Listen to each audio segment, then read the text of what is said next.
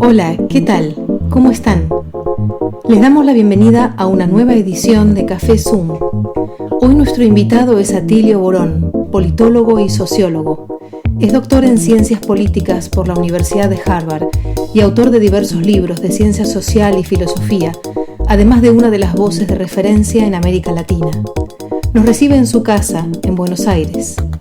Bienvenidas, bienvenidos a Café Zoom.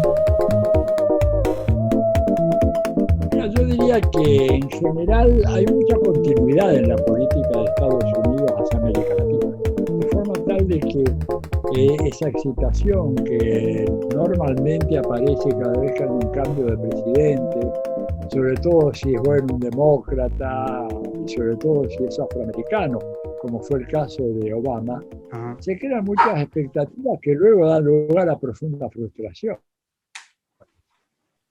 Porque yo creo que no se entiende que Estados Unidos es el centro de un sistema imperial y que las decisiones fundamentales no son tomadas por los presidentes. Los presidentes le dan un tono, ¿verdad? Le dan una estética, si querés vos, o una retórica, pero en el fondo, inclusive en el caso de Trump, que fue el más desafiante de todos, bueno, él no se salió demasiado de los límites de lo que normalmente había marcado el establishment americano. Claro que ahí vos podés preguntar, bueno, pero ¿qué es eso del establishment? Bueno, es lo que los politólogos americanos llaman el gobierno invisible o el estado profundo, el deep state. Ellos hablan mucho de eso. ¿A qué se refieren? ¿Por qué los presidentes están relativamente maniatados? Bueno, porque resulta que ya hace más de 60 años, o 60 años exactamente, cuando Kennedy recibe el bastón de mando, ¿verdad? Y previamente hay el discurso famoso de despedida de Eisenhower un par de días antes, que fue aproximadamente en estos días, sí. Resulta que Eisenhower ahí dice que Estados Unidos está bajo la amenaza del complejo militar industrial. Esos son los términos que utilizó este hombre. Y Eisenhower no era un presidente de izquierda, ni siquiera era lo que los americanos llaman un liberal, pero claramente denunciaba la existencia de un entramado de intereses que giraban en torno a la industria armamentística, a la cual, por supuesto, se vinculaban otros sectores industriales, ¿verdad? Y que había sido descrito antes que Eisenhower pronunciara ese famoso discurso, el discurso de despedida de enero, no sé la fecha, 17, 18 de enero del 61, había habido un libro publicado por un profesor de Columbia, se llama C. Wright Mills, que se llamaba La ley del poder. Y en este estudio, Wright Mills demuestra ya que en Estados Unidos, más allá de los vericuetos del proceso político norteamericano, las elecciones y todo lo demás, realmente las decisiones importantes las toma esa ley de poder, que es lo que, bajo otro nombre, ¿no es cierto?, Eisenhower denominó como complejo militar industrial. Y redondeo un poco para no extenderme demasiado en esta primera pregunta, ¿sí? Y es que ese complejo, que hace 60 años era muy importante, hoy en día es muchísimo más importante, ¿verdad? Muchísimo más importante, porque a él se le han agregado el capital financiero, que antes no tenía prácticamente gravitación en los asuntos fundamentales, hoy en día es un actor decisivo. Se han agregado las gigantes tecnológicas, ¿verdad? Google, Facebook, todo, etcétera. Con lo cual, ¿verdad? ¿Qué puede hacer Biden? Entonces, ya retomando tu pregunta, va a tratar de hacer algunas cosas. Creo que tiene dos gravísimos problemas, que se llaman China y Rusia. Está él en una ofensiva muy fuerte, absurda a mi manera de ver, porque trata de doblegar por la vía de la fuerza y las sanciones económicas de esos dos países, y creo que le va a dedicar un tiempo marginal, perdón, porque estoy un poquito acatarrado, no es COVID por lo menos por ahora, así que llamo a la paciencia de la audiencia. Pero Biden va a tener esos dos grandes problemas y al mismo tiempo reorganizar la casa adentro y al mismo tiempo neutralizar una figura política excepcional como Donald Trump, que se va pero se lleva 70 millones de votos o un poquito más. Sí. Se lleva 27, creo, 27 estados en donde hay gobernadores republicanos. Y fíjate que cuando hace poco quisieron hacerle el impeachment, los demócratas muy ingenuamente decían, no, los republicanos, que son gente como nosotros, son demócratas en el sentido que respetan la Constitución y las leyes. Bueno, no lograron sino 7 de los 17 votos complementarios que necesitaban en el Senado para lograr el impeachment de Donald Trump. Con lo cual, Donald Trump sigue en carrera, porque si él hubiera sido condenado por el impeachment, se venía enseguida una segunda votación que simplemente era por mayoría simple, o sea, con 51 senadores, y ya se lo inhabilitaba definitivamente para un cargo público. Pero para eso primero tenía que haber sido resuelto el tema del impeachment en contra de Trump. Como eso no ocurrió, Trump sigue en carrera, está preparando sus huestes para conquistar la Cámara de Representantes en la elección del 2022 y por supuesto, conquistar una votación importante en el Senado y para lanzarse a la candidatura presidencial en el 2024.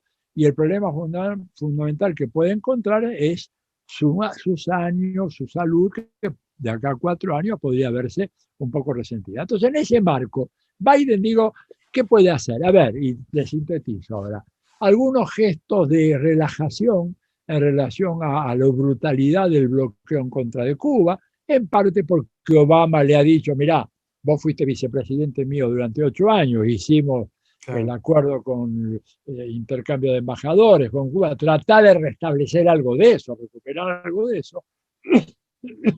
Probablemente va a abrir una vía de negociación con el gobierno de Nicolás Maduro en Venezuela, de una manera muy sutil y una diplomacia, se diría casi en la clandestinidad, planteada así, o sea, una cosa que no se sepa nada, una diplomacia muy silenciosa, como un poco hizo Kissinger con China en la época de Nixon, donde nadie se enteraba y finalmente apareció la cosa. Va a dejar muy mal parado el gobierno de Bolsonaro, porque Bolsonaro hizo una apuesta muy fuerte por Trump y el único aporte internacional que tenía, apoyo internacional que tenía Bolsonaro era Trump y ahora se quedó sin eso. Y para el resto de los países, la verdad que Biden va a dejar que las cosas transcurran a partir de los ministerios, o sea, los departamentos, ¿no es cierto?, el Tesoro, etcétera, y en la materia económica, y eso vale mucho para la Argentina, quien se encargará de eso va a ser el Departamento del Tesoro y el Fondo Monetario Internacional. No creo que vaya a haber así ningún cambio muy significativo, más allá de estas pequeñas arreglos de sintonía menor en la relación entre Estados Unidos y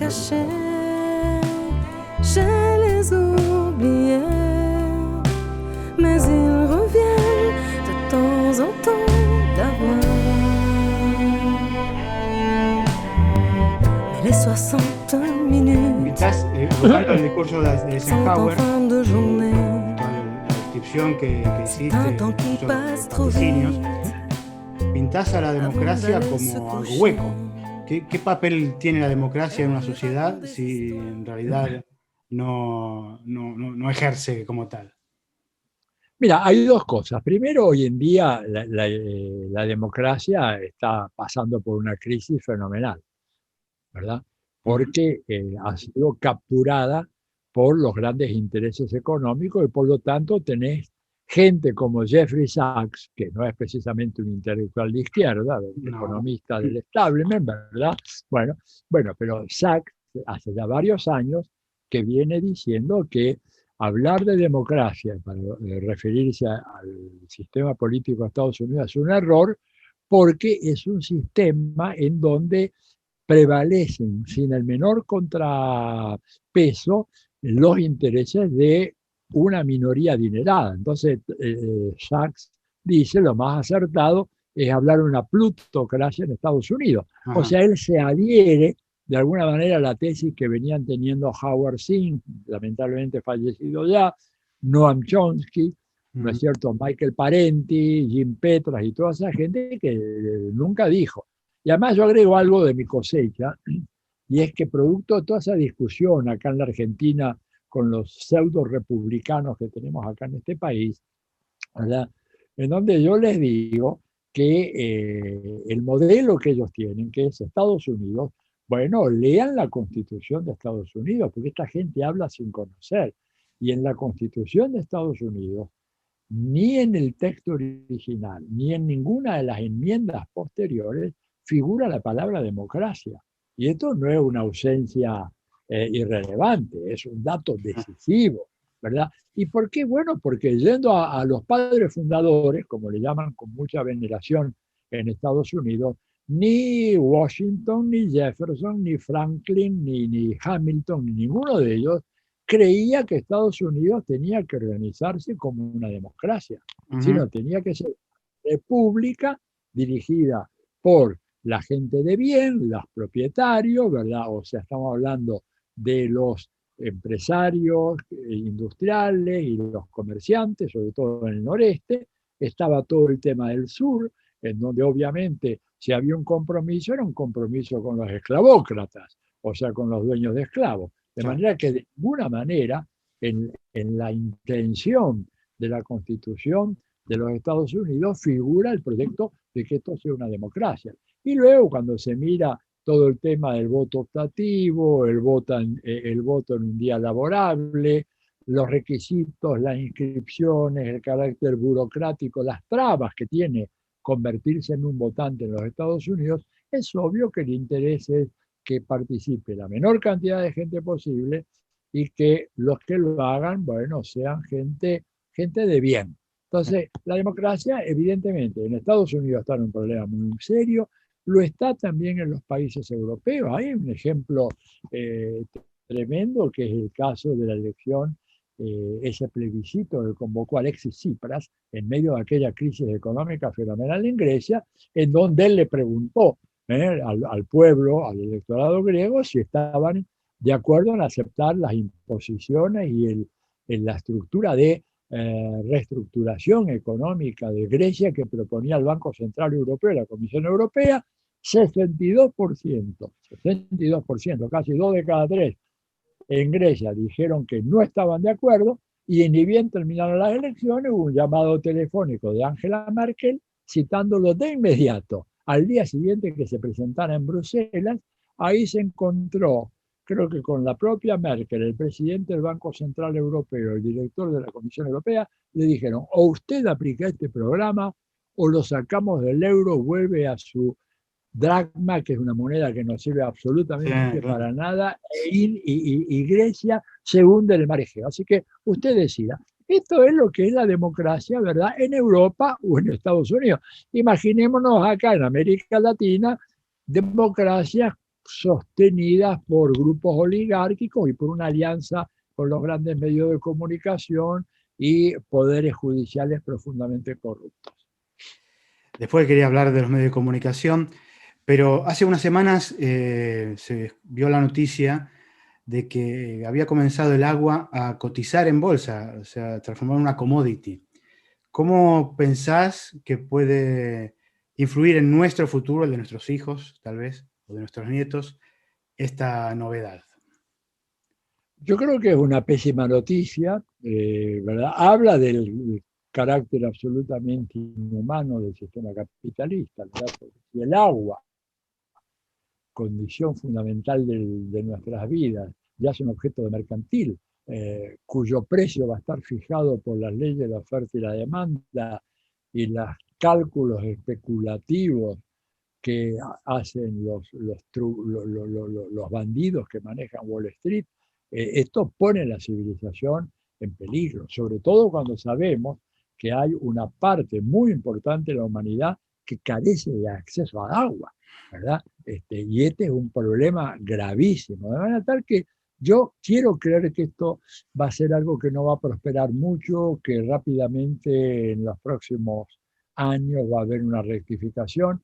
Es inviable, pero lo que tiene sí es un efecto de que somete a toda la producción de alimentos, por ejemplo, a los vaivenes que puede tener la cotización del agua. Porque suponete, si yo cotizo el agua a $1.000, no sé, pongámosle por millón de litros, ¿verdad? Esto de alguna manera se refleja en el precio de los productos agrícolas, todos los cuales para crecer y para madurar requieren del agua. O sea, es una maniobra perversa que va a tener un impacto así en cascada muy, muy fuerte. Yo te digo francamente, espero que no prospere, pero no espero nunca nada bueno de los bandidos, de los taúres que manejan el sistema financiero internacional.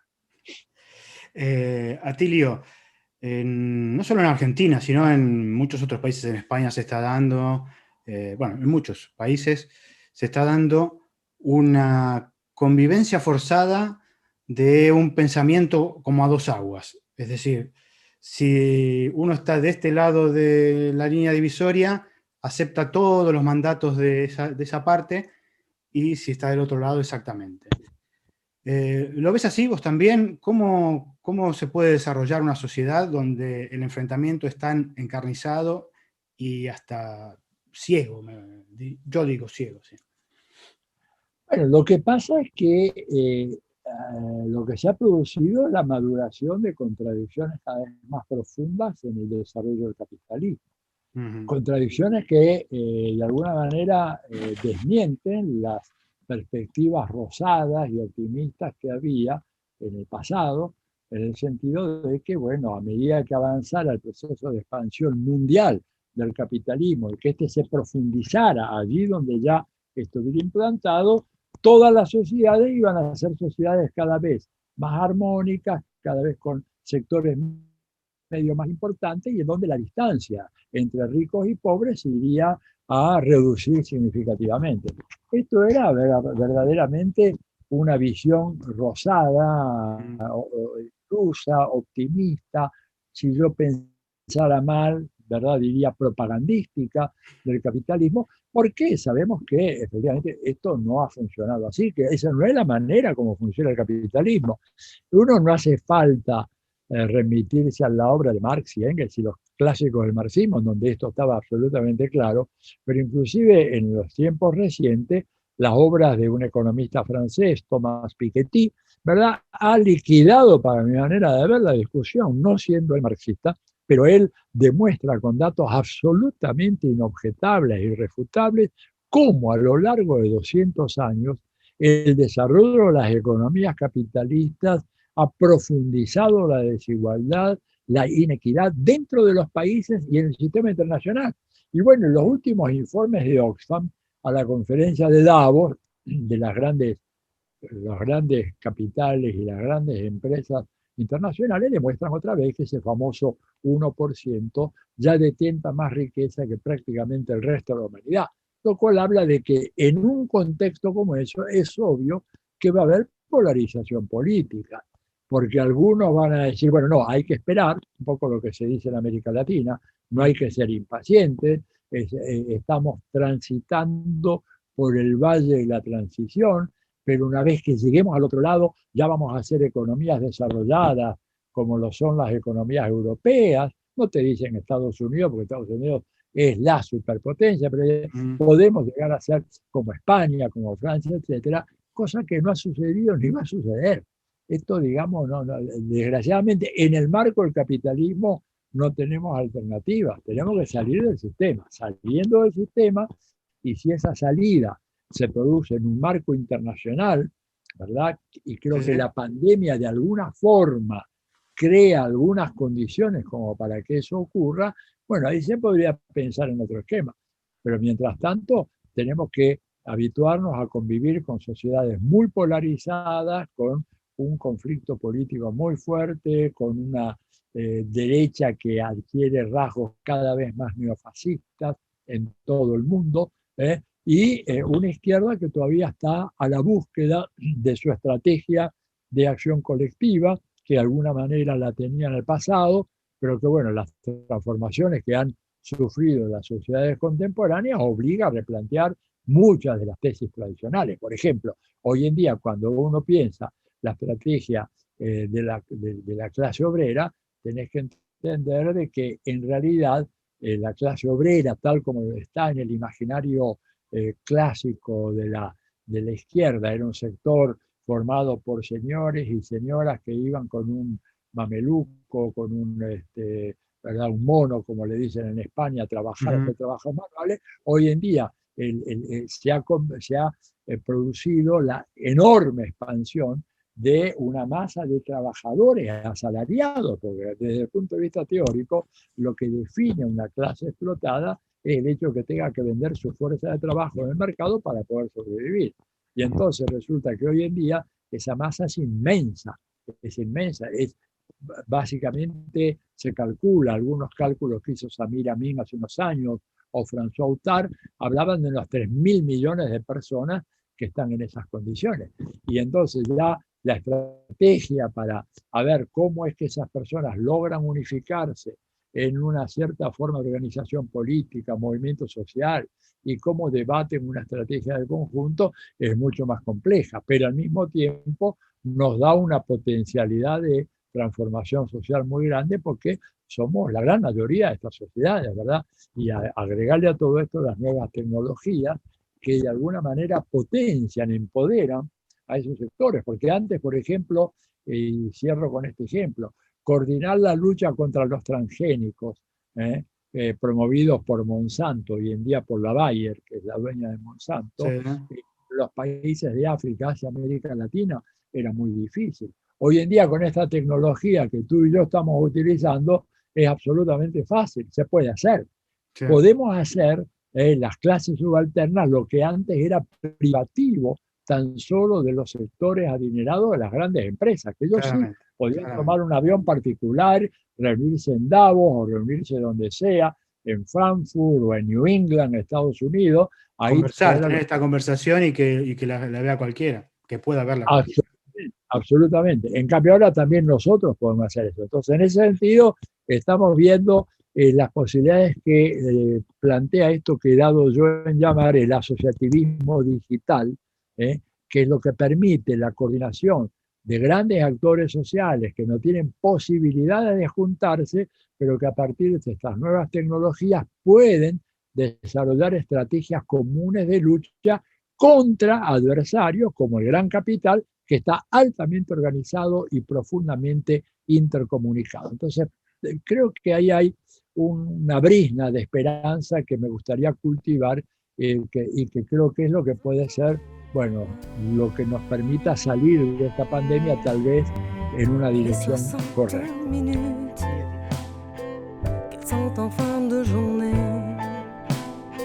C'est un temps qui passe trop vite avant d'aller se coucher.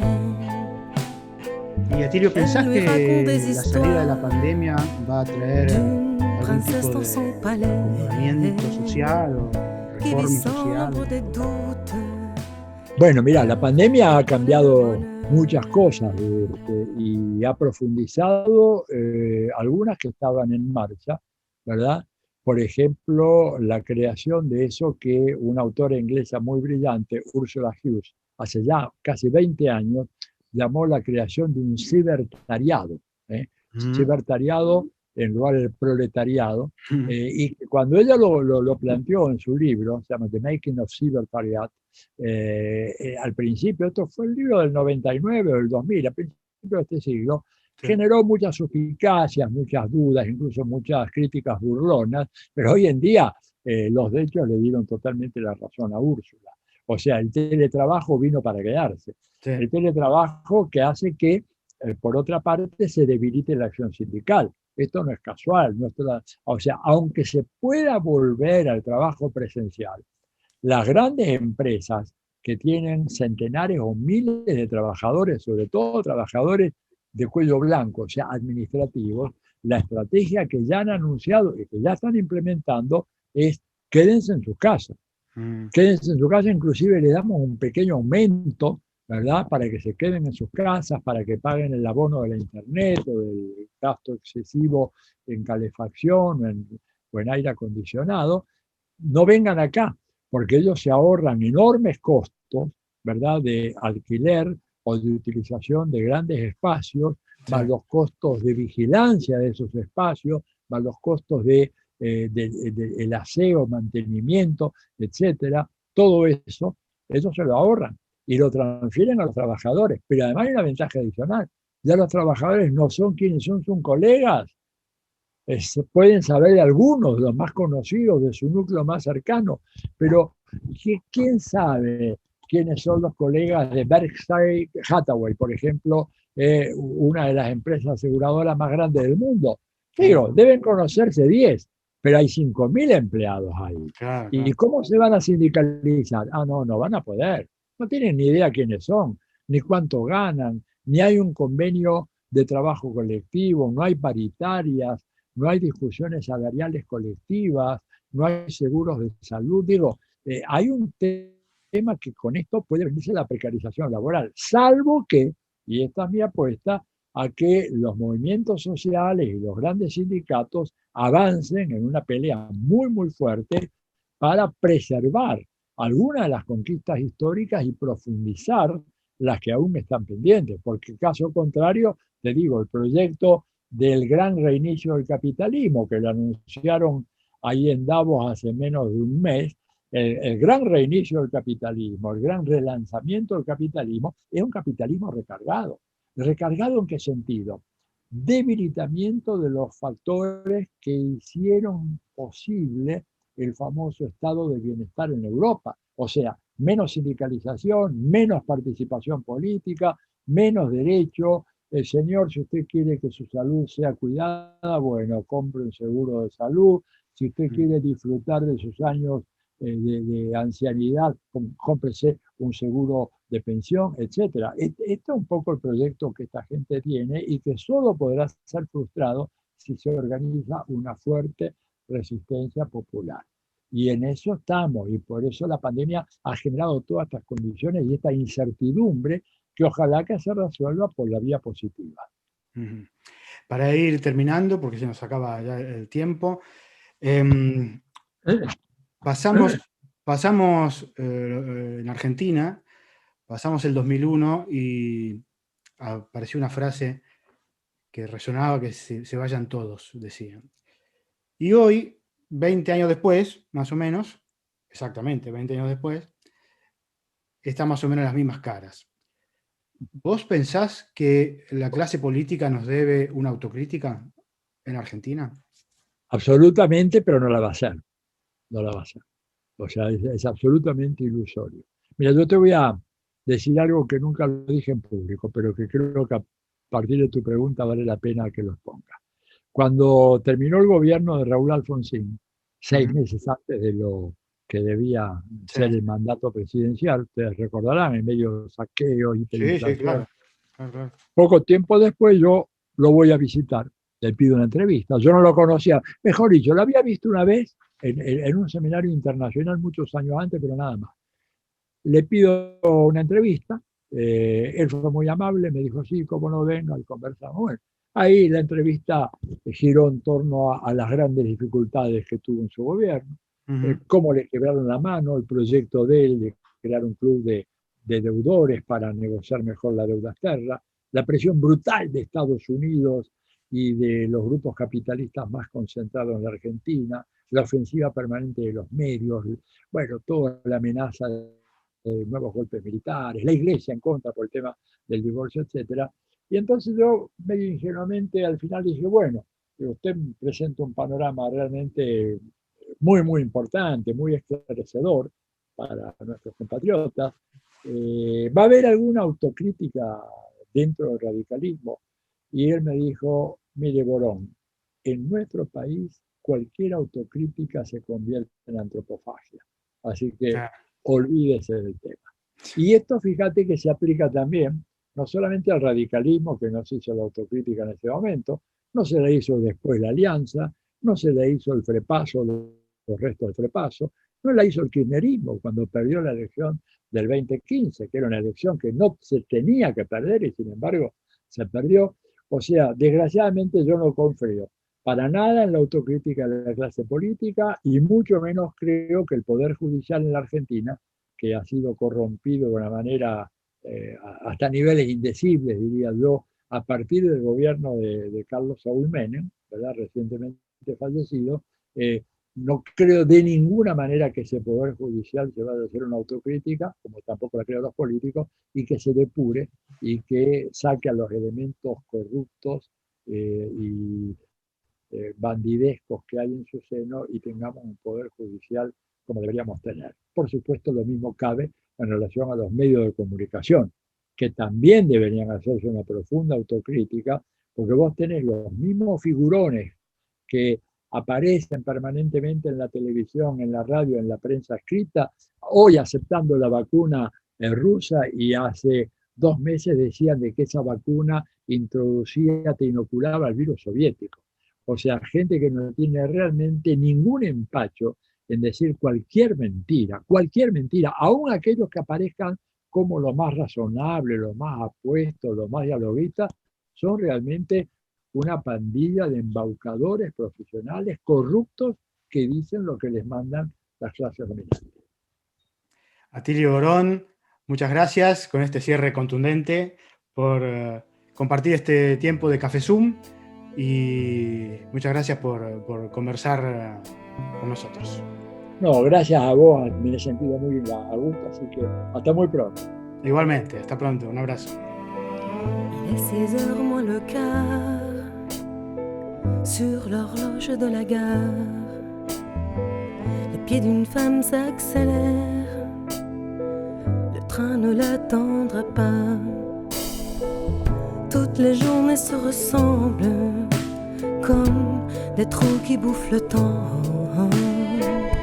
Et la petite heure qui reste, c'est pour sa fille qui l'attend. Tous les choix qu'elle fait, tous les petits pas, ils restent écrits à feu loin quelque part. Ils se sont cachés